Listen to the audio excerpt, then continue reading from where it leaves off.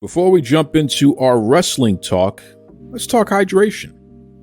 See, I carry something to drink with me every single place that I go because I am concerned about being dehydrated. It runs in the family. Everything from dry mouth, dizzy spells, fainting. It's pretty serious. And I've tried all the different types of waters and sports drinks. Let me tell you something right now. Liquid IV. That has been the most efficient at keeping me hydrated and doing so pretty quickly. Okay, Liquid IV has 5 essential vitamins and is 2 times faster at keeping you hydrated than water alone.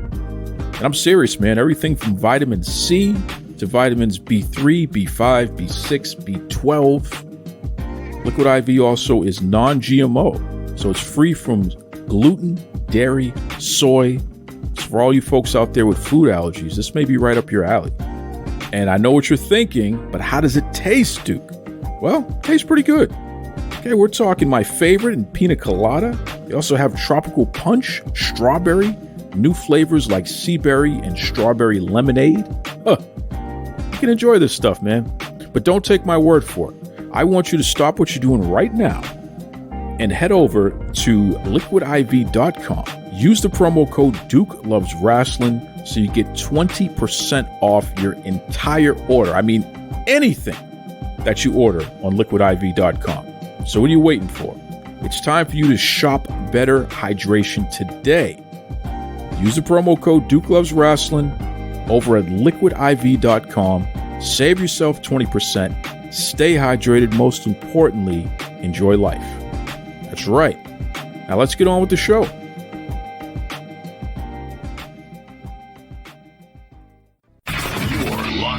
Look at what we have here, folks! To the only show that matters. The cream of the crop. Duke Loves Rasslin. And there is no one that does it better than your host. I have come here to chew bubblegum and kick ass. The Duke. And I'm all out of bubblegum.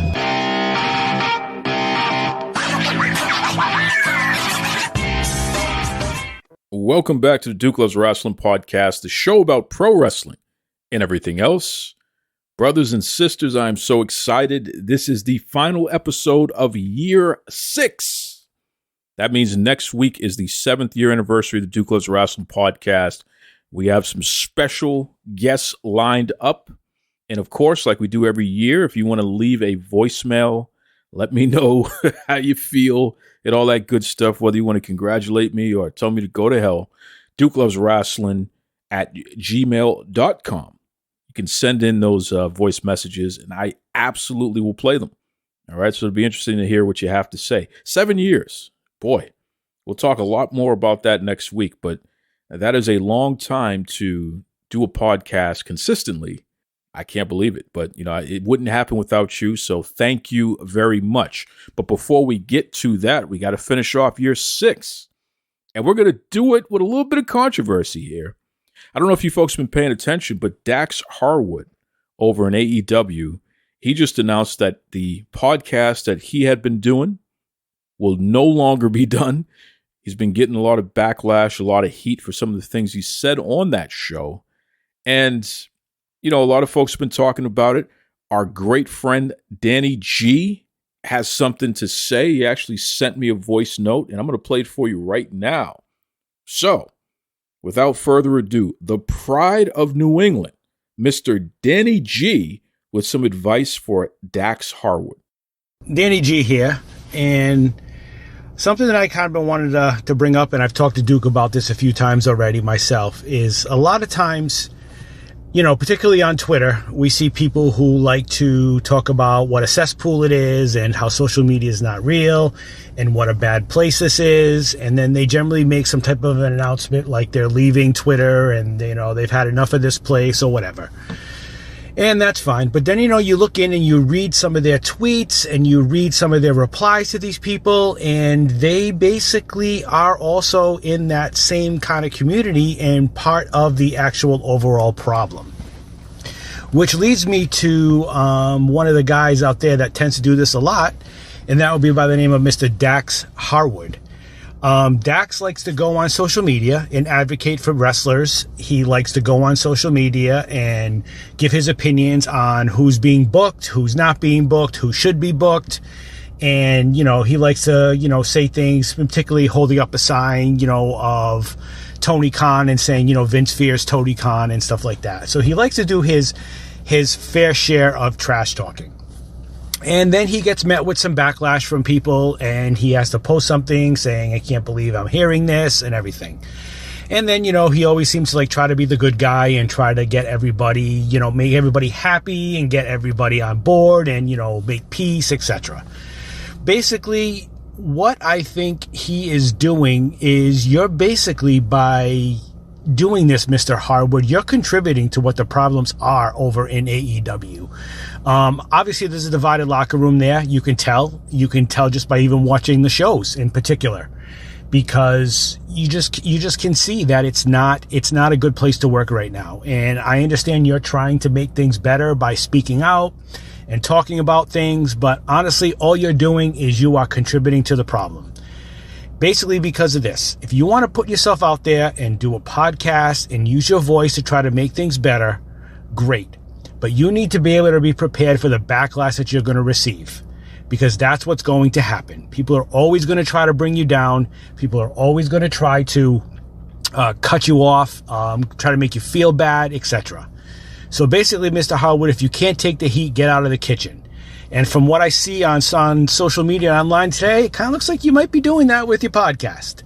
So my basic advice to you is, I guess in a sense, take your own advice. Just shut up and wrestle, buddy. Okay? Stop trying to make everybody happy. Stop trying to put yourself out there. Stop trying to pretend like that you know what's best for the entire industry, because truthfully, you don't. Okay? You don't. You do not know what's best for the entire industry. You're talking about what you like and what you think should be the industry. That isn't what the industry is. Okay? So basically, Dax Harwood, just shut your mouth or be prepared to handle what comes at you when you want to talk, especially about other people and other things and other companies, because you know what? It's going to happen. Wow. Danny G coming in hot on that one there. And listen, I'm going to tell you right now, Dax Harwood is someone who is very talented. Definitely the Revival, FTR, whatever they call themselves today. That's a tag team that has been one of my favorite tag teams of the past decade, really. They're that special. They're that talented. They're that good.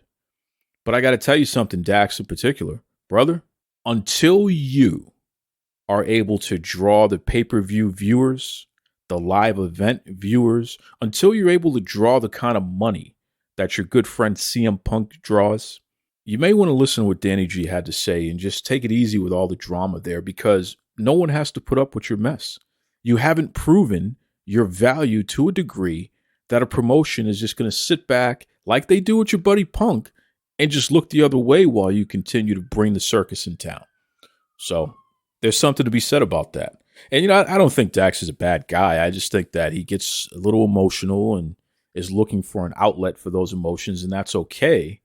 But it's not okay when you have a podcast where you're not only burying your fellow wrestlers that you have to actually work in the ring with, but you're burying executives in the company.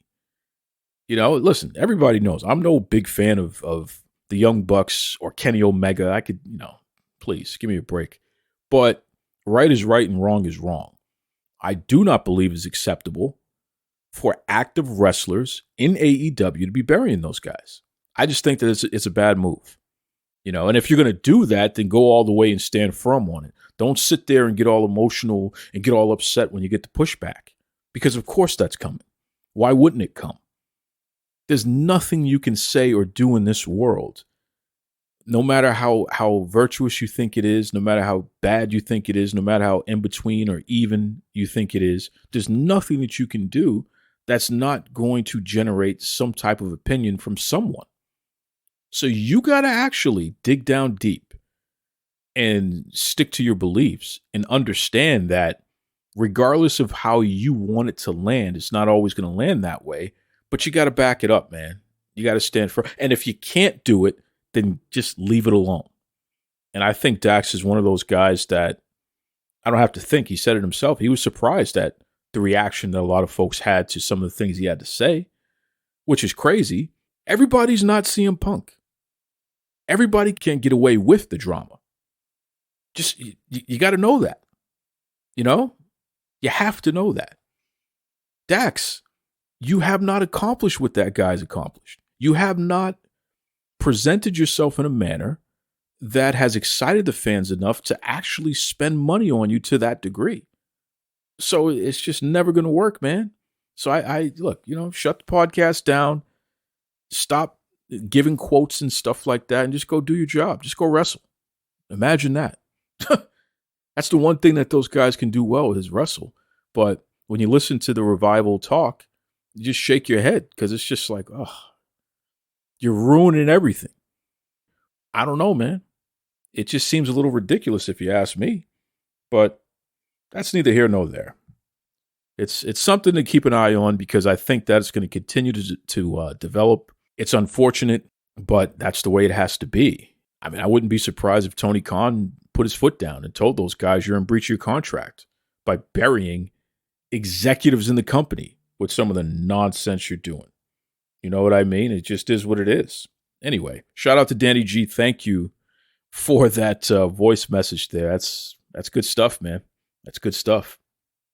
I'm reflecting on the past 6 years of doing this show, and I got to tell you, when I think about the wrestling industry as a whole, it's very interesting to see where it's at today in comparison to where it's been. And there's such a significant amount of uncertainty that's out there because there are moments of just complete brilliance and greatness. You look at WrestleMania, for example. You look at AEW existing in the first place, for example. Impact Wrestling looks like they're on an upswing. People are starting to pay more attention to them, more than they have been in recent memory, at least. So you see a lot of positive things happening, but then you hear stuff like some of these indie kids who are barely making $50 a shot, wrestling all over the country, trying to live out their dream. Pro wrestling is in an interesting place. And I wonder, as pro wrestling fans, where do you want to see the industry go from here? Seriously. You have WWE, which got sold to Endeavor, and they're going to be under the same umbrella as UFC. So you're going to get a crossover there. You're going to get more MMA people in the WWE. You're going to get more mega events, more super fights and things of that nature. They're going to be blurring the lines. There's talk of WWE going for a more edgier product in certain instances, especially like the last hour of Raw each week. So we're leaning towards some type of evolution. What's old is new again. And I just wonder, is there room for other promotions to be a true alternative to whatever it is that WWE is going to be churning out? And I want to hear from you. I want your opinion on that. DukeLovesWrestling@gmail.com. Let me know what you think. Is there room for these other promotions to, and I'm not talking about your mom and pop indie promotion. I'm legitimately talking about TV product. Because I can honestly tell you, there are very few true alternatives to the WWE. I mean, we have WOW Women of Wrestling. That's one great example of that. But everybody else, they go back and forth. They say they're going to be different, but then they find themselves falling into the same tropes because that's what sells, quite frankly. I mean, AEW is a great example of that because, like Eric Bischoff said recently, they're just a complete bore without all the drama that goes on. And this is drama that's happening outside of wrestling rings. This is real personal conflict that's happening. But the hope and the theory is that they can turn that into actual dollars to be made by taking some of that stuff that's happening behind the scenes and bringing it onto TV. But that's very WWE of you, by the way. And that's not to say that didn't exist in pro wrestling before WWE, but you get my point here. Exploiting personal conflict for financial gain, that's a WWE move for the most part. So is AEW truly being an alternative? I don't know. I don't know. But do we have the stomach for where pro wrestling is going with WWE changing the way that it's changing? Do we have the stomach? Do we have the interest? Do we have the patience for that? Or are you turning the channel? Are you finding something else to watch? Are you doing something else with your life other than paying attention to pro wrestling? Because, fighting online with all the humanoids and stuff like that and reading the dirt sheets and complaining about, how bad they are, who's biased, who's getting paid off and all that nonsense. That's, fantasy booking and playing within the community, but it's not really consuming product, right? You're not really consuming the product when you're focused more on that stuff than you are on the actual shows that are happening. So what does that mean? Where does that leave us? I'm curious about that. Anyway, we got an action-packed show lined up next week.